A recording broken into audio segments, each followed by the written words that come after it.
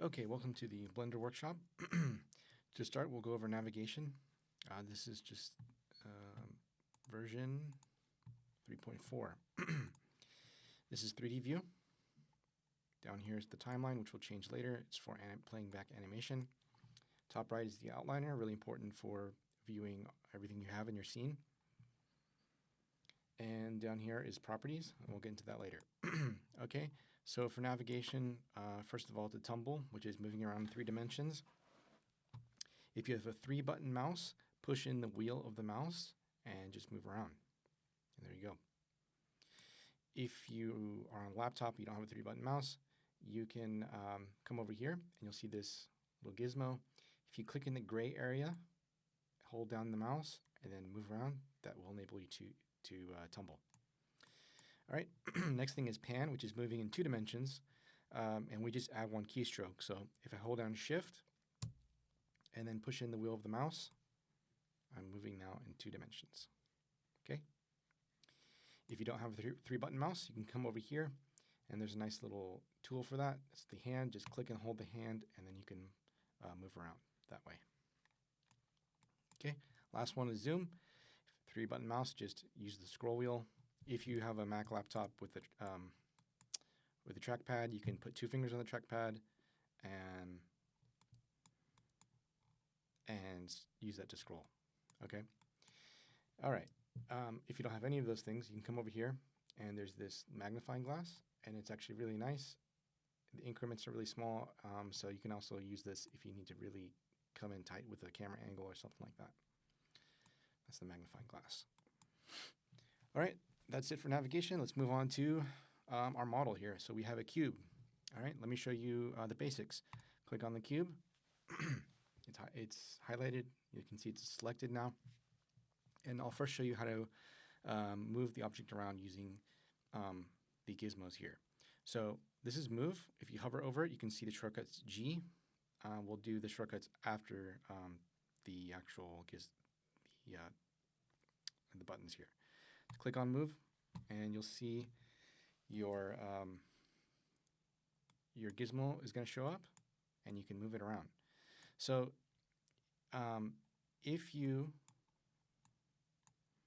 select the red part of the cone here, and you can move around, that'll allow you to move in 1 dimension. If you grab for example, the red square here, that's going to allow you to move in 2 dimensions. All right, let's move on to rotate.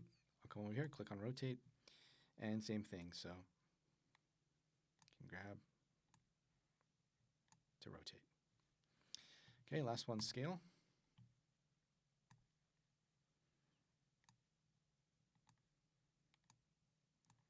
All right. And you'll notice if I take a look at my object, all these have changed, my location, rotation, and scale. And there's a dedicated editor for this, so if you hit N on the keyboard, you can see more values will show up here. So transform, we moved, rotated, and scaled, and all of these values are located here. If you need to get back to square one, you can 0 out the location and rotation. A couple ways of doing that. You can do one at a time, like that. Or you can click and hold the mouse. You'll have to be quick to grab more than 1 value and put in 0. Same thing with rotation. Okay, and then default scale needs to be 1, 1, 1. You can select 3 of them and hit 1 if you want. Or there's another shortcut that's really handy to 0 things back out to the default. And because the default for scale is 1, I don't want to put 0 here. So if I hit backspace, I just hover over here and hit backspace, it's going to take it down to the default, which is 1. Okay? So this is really useful. I'm going to keep this up here so we can see all the changes. All right. So let's go back to the select tool right here. And I'm going to show you all those other tools we just did, only now we're going to use shortcuts. So shortcuts are super handy. It's the best way to work with Blender. So to move, the shortcut is actually G as in grab. So it's a little different. It's not going to be M, it's G. So if I hit G, and I can move it around in 3 dimensions, okay? Now, if I want to constrain it to one dimension, I can hit X for the X axis, and there we go. It's now moving on X. And then I can also hit 2, for example, and it's going to move it in 2 along global X. Okay, and I'll hit enter. There we go. All right, let me undo that. So that's move. Next is rotate. This is an easy shortcut. If you hover here, it'll say R. So I'll hit R for rotate, and there we go. I'm actually going to rotate relative to my camera angle, and it's going to rotate in 3 dimensions. All right. If I hit Z or Z, I can rotate on the Z axis, the Z axis. Okay. So I can do 45. All right, and I can also bring it back. All right, so there we go. There's rotate. Last is scale. I'll hit S for scale, and this one's handy because it's going to scale all 3 dimensions at once, which is sometimes, or it's frequently what you want to do, not all the time. So if I hit X, it's now going to scale just on the X axis. I can hit 2. There we go. I scaled 2 on X. All right, let me Command Z or Control Z to undo that.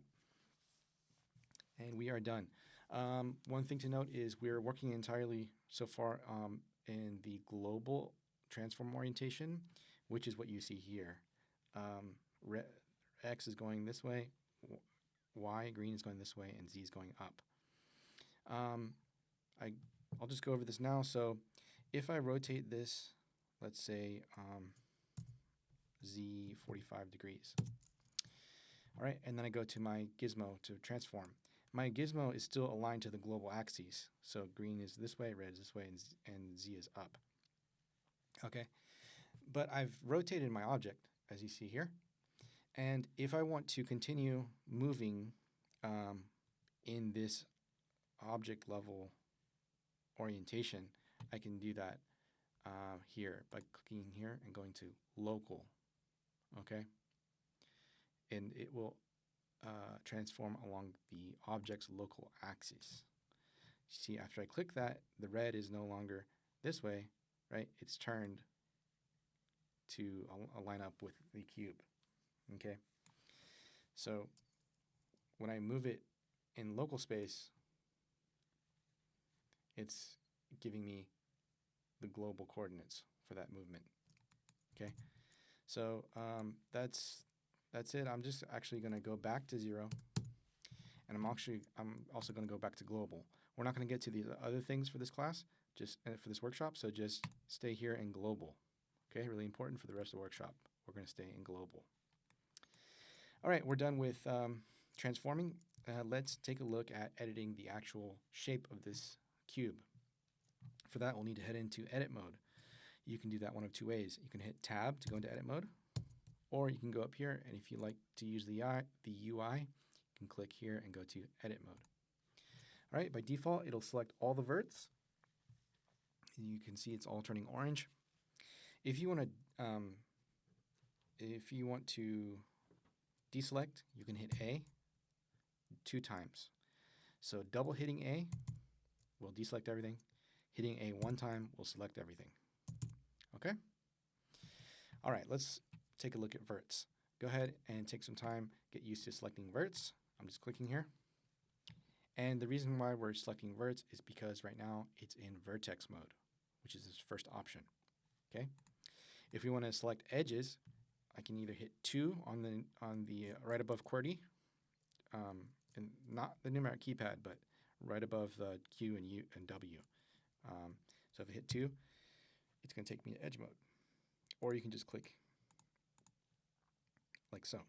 All right, get a feel for that. Select edges.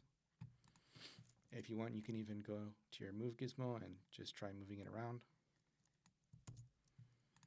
All right, and let's go into face mode. So I'll just click here, or you can hit 3 right above W and E on your keyboard, and that will take you to face mode. All right, so get a feel for that, and we're ready to begin. So we're going to model a cat today, and it's just going to be simple box modeling. So I'm going to push in the wheel of the mouse, turn a little bit here, and I'm going to select this face right here. This is where we're going to start out. All right, I'm in face mode, and I want to do my first operation, which is extrude, which is used very frequently. All right, There's a bunch of these tools here. You can click on them to use them. However, I want to just try using shortcuts, okay? The shortcut for the extrude is E, all right? So you can either click on here, but for this workshop, I'll have you just hit E on the keyboard. So if I hit E, there you go. It's now extruding along the normal. And if I want to define it off the bat, I'll just hit 2, and there we go. So if you're wondering what I'm clicking into, if you look right above here, right there, that's exactly what I'm typing into. So 2 meters along the face normal, right? To finish the operation, you either click or you just hit enter, and then we're done. Let's do that one more time. Hit E for extrude, 2, enter. All right, so this is gonna be the body of the cat. And let me pull up some more information here so we can see how many faces we're working with. If you go to the top here, under viewport overlays, turn on statistics. And this will give you a readout of everything, all of your polygons. So I have 1 object currently selected out of 3. I have 1 face selected out of 14, so there's 14 faces in this model. So you get the picture here. The first one is what's active, and the second one is the total. All right, so we have 14 faces. So I'm going to add some more geometry here so I can extrude out the legs. Okay, the next thing we're going to do is loop, cut, and slide, which is actually right here. Loop, cut, and slide. And the shortcut is Control R or Command R on a Mac. So I'm going to do Command R. And when you hit Command R, depending on what you're hovering over, it's going to give you a preview of what the cut is going to look like. So I'm going to hover right over here. And then if you click one time, you're not done. It gives you an opportunity to give it a bias to one side or the other. And then you click again to finish the operation. All right, so immediately after you finish the operation, don't do anything else. You have one last opportunity to tweak it. You'll notice this little contextual menu popped up after I hit that click the second time. And this is going to give me some flexibility here. This is the bias. So after that first click and you move the mouse, it changes this attribute, which is the factor, or which side it's going to go to. And then number of cuts, you can change that as well. Go ahead and do that now. I'm bringing it up to 2. All right. You can also, whenever you're first doing the operation, if you use the scroll wheel, you can add more cuts, which is nice too. So let me show you that. Command R, and then at this point, if you just use your scroll wheel, you can add the cuts right off the bat. Okay, so I'm just adding 2 cuts, clicking twice, and there we go. Everything looks nice and clean. And we're ready to move on. All right, so I'm gonna tumble to the bottom of this cat. Doesn't look like a cat right now, but it's okay. And let me go back to my selection tool. And I'm going to make sure I'm in face mode. So I'm gonna hit 3, or you can hit right here to be in face mode. Okay, and then I want you to select these 4 faces. Select one, hold shift, select the other, and the other. All right, and now we're gonna do an extrude. So we'll do our first extrude. Go ahead and hit E for extrude. Okay, and then 1. Enter. It's going down because it's following the normal direction. Those are our little thighs for the cat. And I want to pinch these thighs in because cats have tapered legs. And let me show you where you might start and how to kind of tweak things a little bit. So if I hit S for scale and I try to bring these in, okay, well, it's kind of tapering it, but they're all coming in at to the same point. And it looks like a galloping horse or something. Doesn't look the way I want it to look. All right, even if I constrain to, let's say, the x-axis, it's not quite getting there. So I'm going to hit escape. You can hit escape anytime to abort. And I'll need to change something. So right now, all these faces are getting scaled relative to their average. So it's averaging all these points, and that's going to be the center of where they're being scaled. let's change that. So go to the top here, and this is transformation pivot point. Let me open this up. Right now it's on median point. So the median point around selected objects. Let's change that to individual origins. So click here, individual origins. Okay. And now if I hit S for scale and I move my mouse in, you can see each face is getting scaled into itself. All right, and this is what I want. Let me go further. I'm going to constrain to the X axis. So go ahead and hit X. And we're going to do 0.5. Okay, 0.5, enter. There we go. Now we have the thighs here, and they look nice and uniform. All right, let's move on. I'll do the other extrudes here. I'll hit E for extrude. I'll do 1, enter. E for extrude, 1, enter. Let's do one more, E for extrude. This time we're going to do 0.25, enter. Okay, the reason I split these up into multiple extrudes is for these loops here. You see the extra edges? And later, if I want to animate the cat, I'll have some more supporting geometry in this location for the knees, for example. Also, you want to kind of keep everything as homogeneous as possible in terms of the face size. You don't want to have like huge faces and then tiny little miniature faces. It's just a practical way of working for many things, for rendering, even for 3D printing. It's just easier on the human and the computer. All right, so let's go ahead and switch on. We're still in face mode, so let's select these faces, all of the front-facing faces right here, and we're going to extrude some toes out. So go ahead and hit E for extrude, and we're going to do 0.25, enter.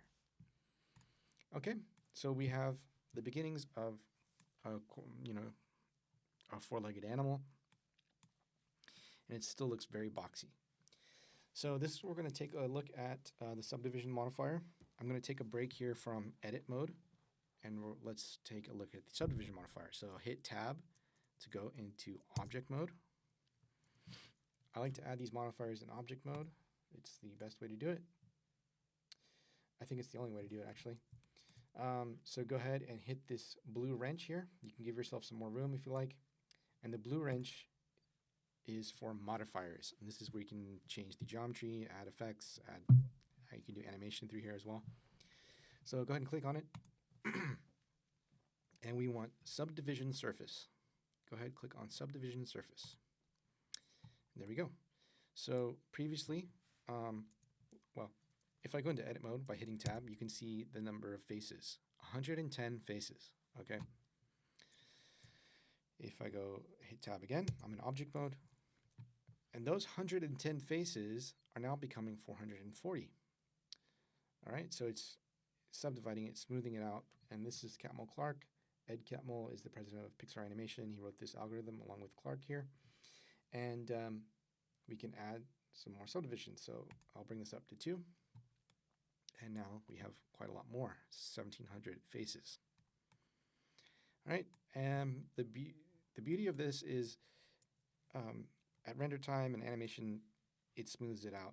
But if I need to edit, I'm only working with 110 faces, which is much more manageable.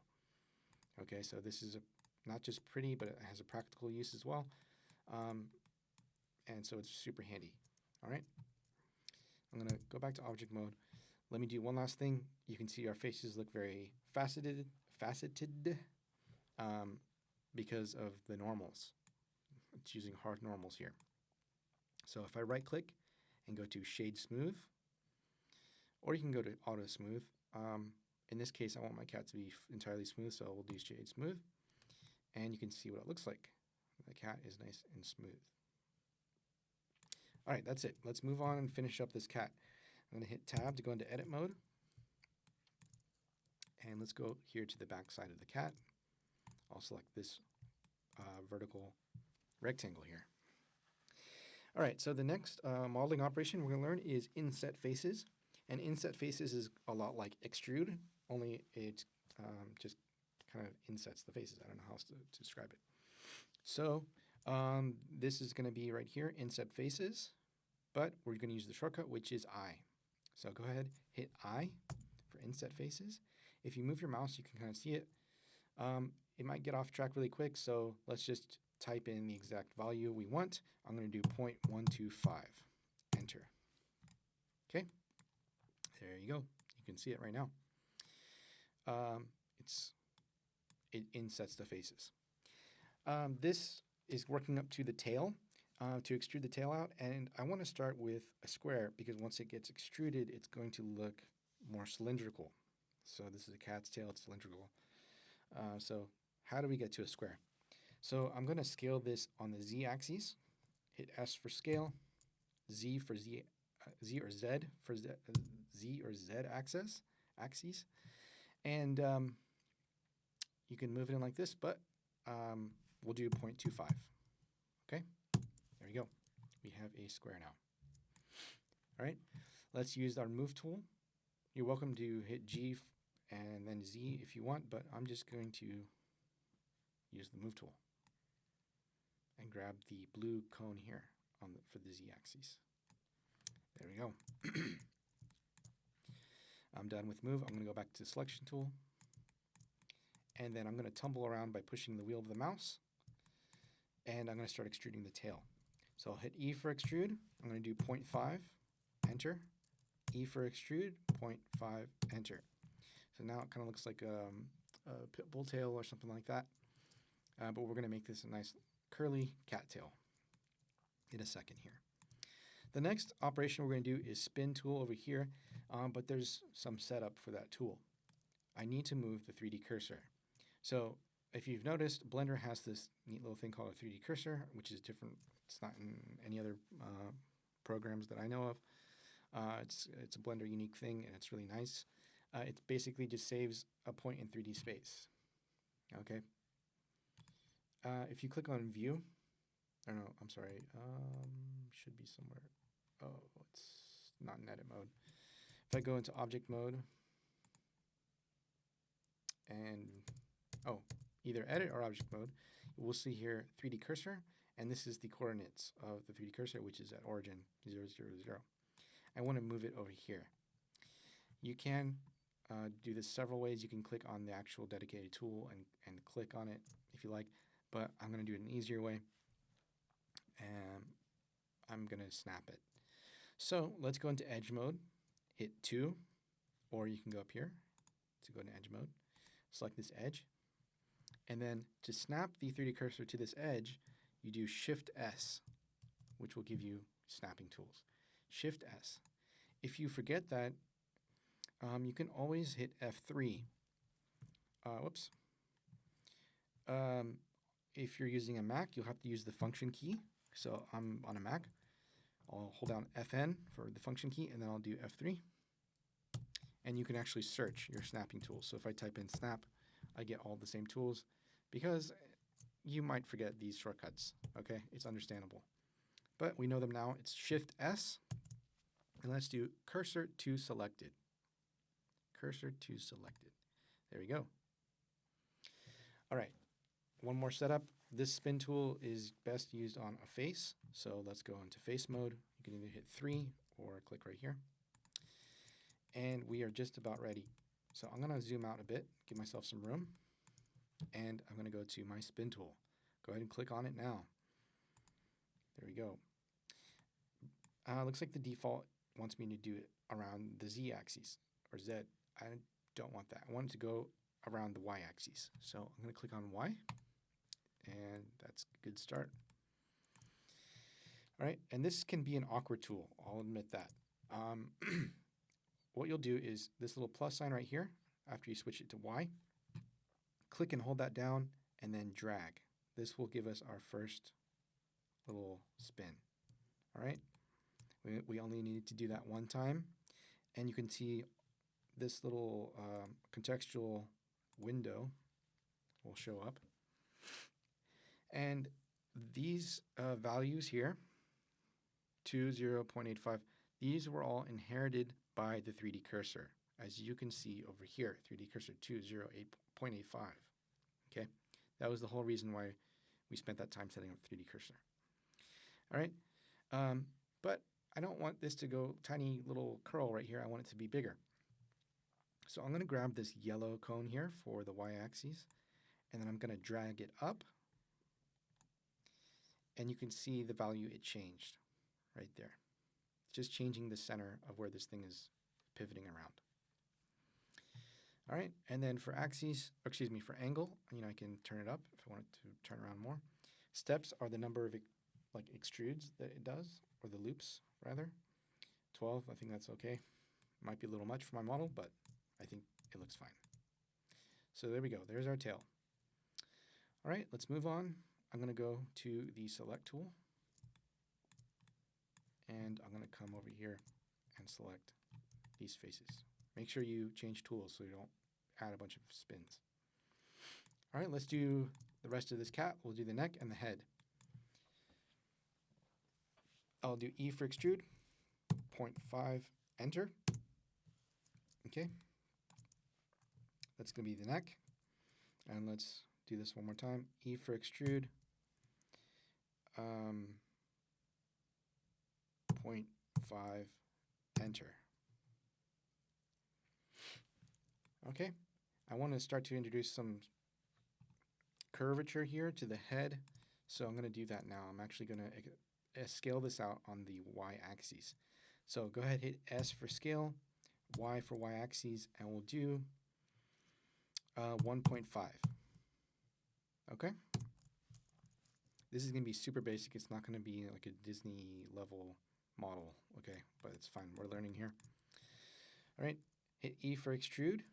We'll do 1 this time. This is, oopsie, what did I do? I did the wrong thing. E for extrude, 1, enter. Okay, that's going to be the main part of the head. And let's do another one. E for extrude, this time we'll do 0.5, enter. And I'm going to start to kind of squeeze this in on the y-axis. So I'll do the opposite of what I did before. Hit S for scale, Y for y-axis, and this time let's do 0.5. Enter. It's going to look kind of blobby. It's fine. We're learning where it's not going to be perfect, but we just want to have some curvature here. Okay, the reason why it looks curved is because it's subdividing our geometry. All right, let's do the ears. I'm going to select this one, hold shift, select this one, and then I'll hit E for extrude, and you can bring it out maybe around there. If you want to copy my values, maybe we'll do 1.75. Whoops. Okay, so this is a common mistake. Sorry about that. Let me undo that. The reason why that didn't work is because I'm on this pivot point and just the combination of tools here. So I'm just going to undo that, Command Z, and let's just do extrude, and we'll do it all in one step. So hit E for extrude, and then you can do 1.75. Enter. All right, so there we go. Obviously, those ears look really weird, so let's pinch them to make them small, these faces. And we can do that by hitting S for scale. And you can try to get this to look much smaller, but it's going to be hard, really. And you don't want it to be super micro small because it's not going to be ideal. So after you hit S for scale, let's just do 0.1. So go ahead and do that now, 0.1. Okay, so they are small compared to the rest of the model, but they're not super duper small in difference. All right, those are our ears. And now let's continue with the eyes and the nose. So we'll do the nose first. I'm going to tumble around here and select this trapezoid right here. And this is going to be my nose. If I extrude straight out right now, it's going to look very big and very kind of overly smooth. So I want to add some supporting geometry here before I extrude. I'll use inset faces for that. Okay, go ahead, hit I for inset faces, and we'll do the same as before, 0.125. This is a relative thickness. It's not, oh, it might be absolute, I don't know. But anyway, we'll do 0.125. Okay, let me see here. Okay, There we go. And let's finish up this nose. I'm going to tumble to the side a little bit so I can see where it's going to go. And hit E for extrude and just bring it out a little bit so we have a nose. Okay, let's do the eyes now. I'll select these two faces. Once again, I'll do inset faces, hit I, and let's do the same, 0.125. That is absolute, I think, yeah. All right, so now let's extrude them. I'm gonna come to the side a little bit so I don't make really huge eyes. I'll watch it. I'll hit E for extrude and just bring it out right about there. Maybe I'll do 0.25. Okay, so there we go. Very cartoony looking, kind of like the Simpsons cat or something like that. Okay, so this is looking good. If I tumble to the side, you see these eyes look very capsule-like, and I don't like that. I want them to be more spherical. So I can remedy that by scaling these faces. S for scale, and I'll scale them inward. Whoopsie. You can copy my value if you want. Actually, 0.6. Let's just do 0.6.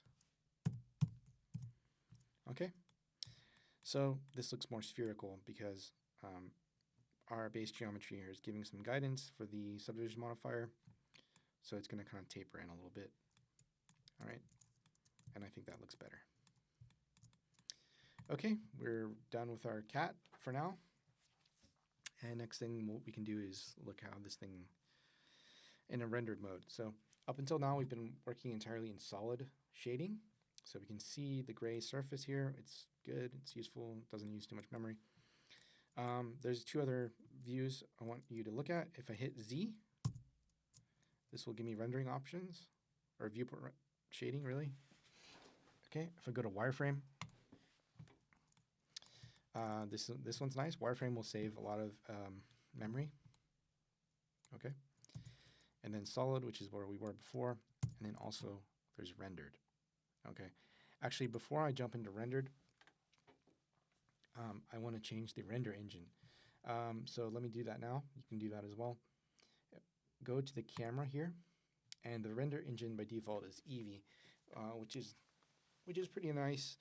It's not going to give you super realistic shading, but it is pretty darn fast if you have a nice GPU.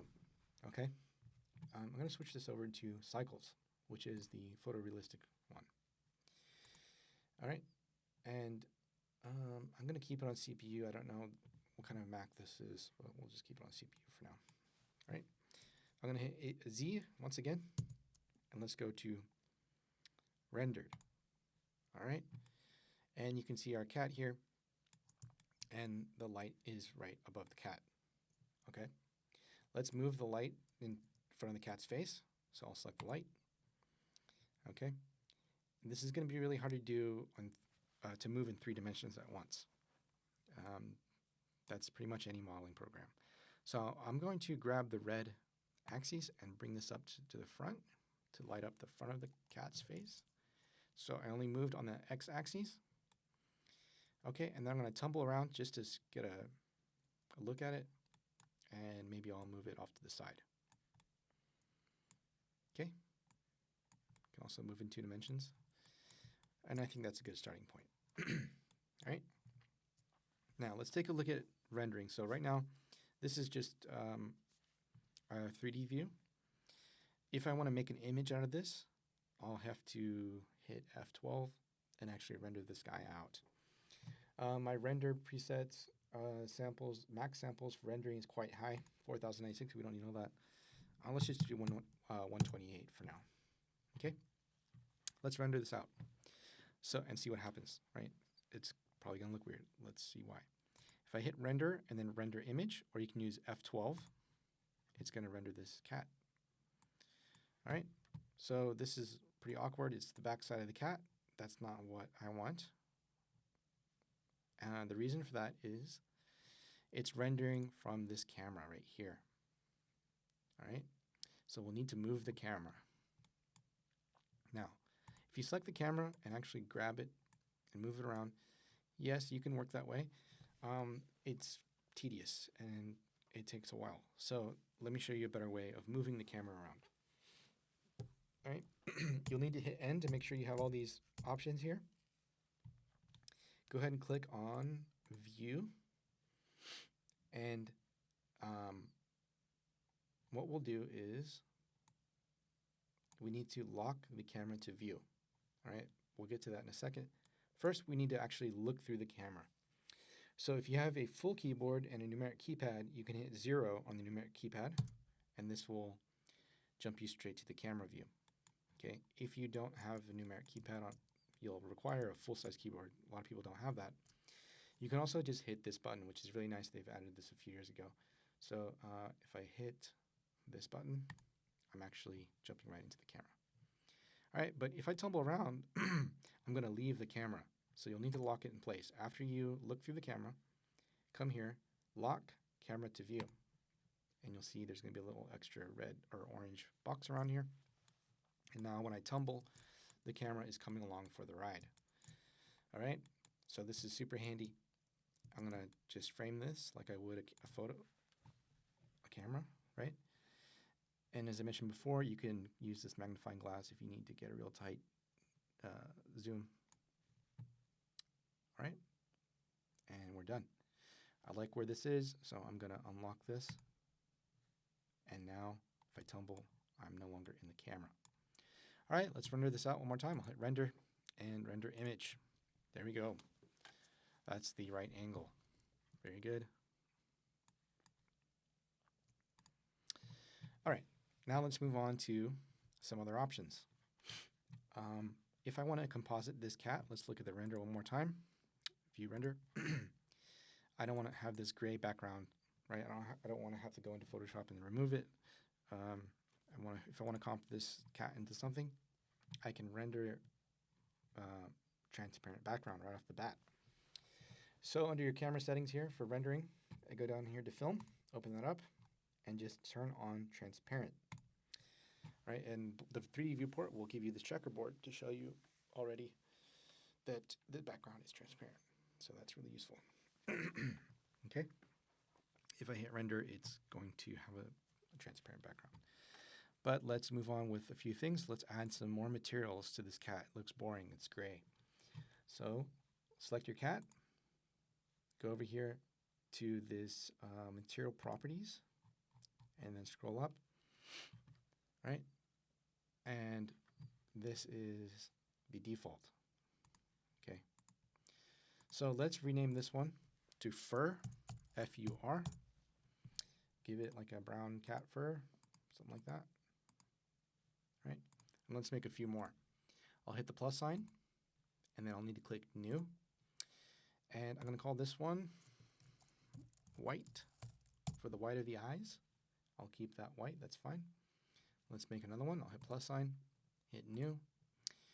I'm going to call this one pupil, or you can call it black for the black of the eyes. I'll make it black. Okay, let's do the last one. Hit plus sign, hit new, and we'll call this one nose. And let's make it pink. Okay, and we have all of our materials ready to go. Now we need to apply them. To apply them. This is done in edit mode. So hit tab to go into edit mode. You'll probably have these two already selected. Okay.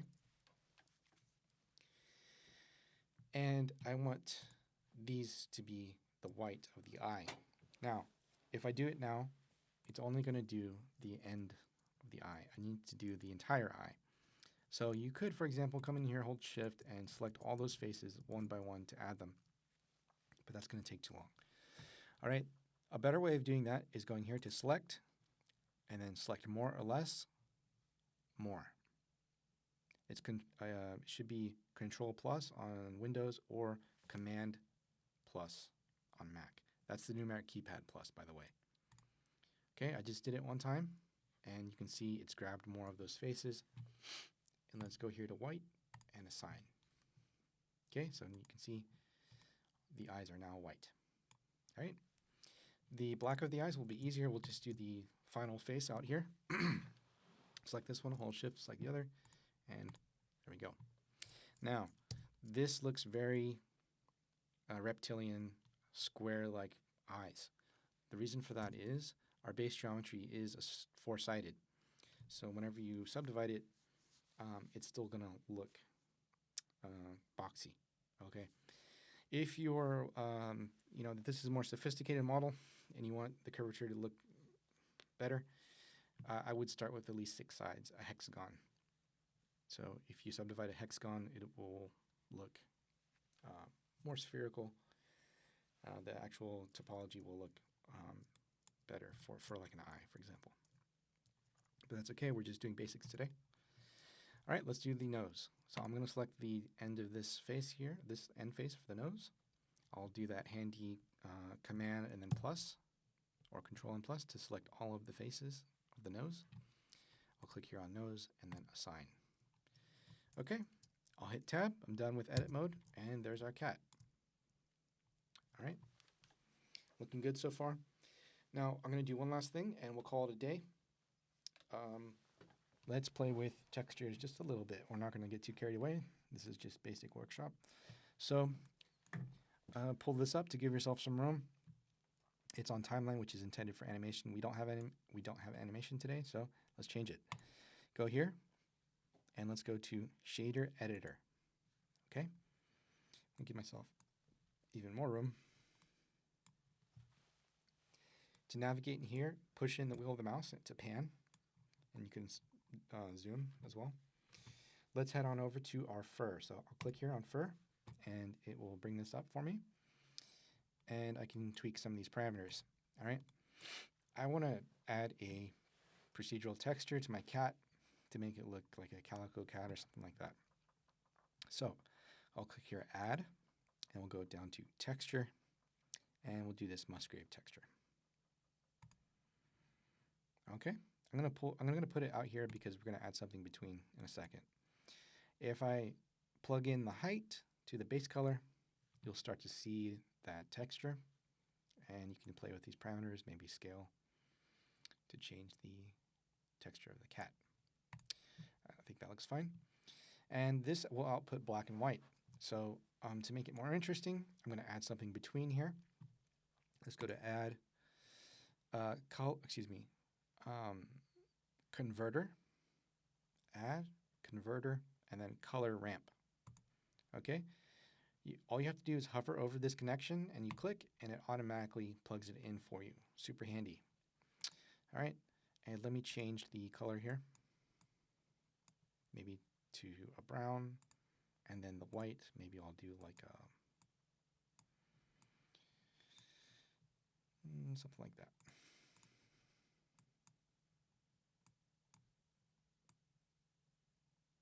Whatever you like. Okay, you can change the interpolation by grabbing these and moving them around. You can even add more colors in between by hitting the plus sign. Okay, just some examples of what you can do. So there we go, there's our cat, he's looking good. And let me take a closer look at the eyes here. The eyes look very dry. So if I want these to look a little more reflective, I can make some changes to my eye and the pupil as well. I'll do that now. Let me click on white for the eye. And I'm just gonna turn up specular a little bit, and I'm gonna turn down roughness.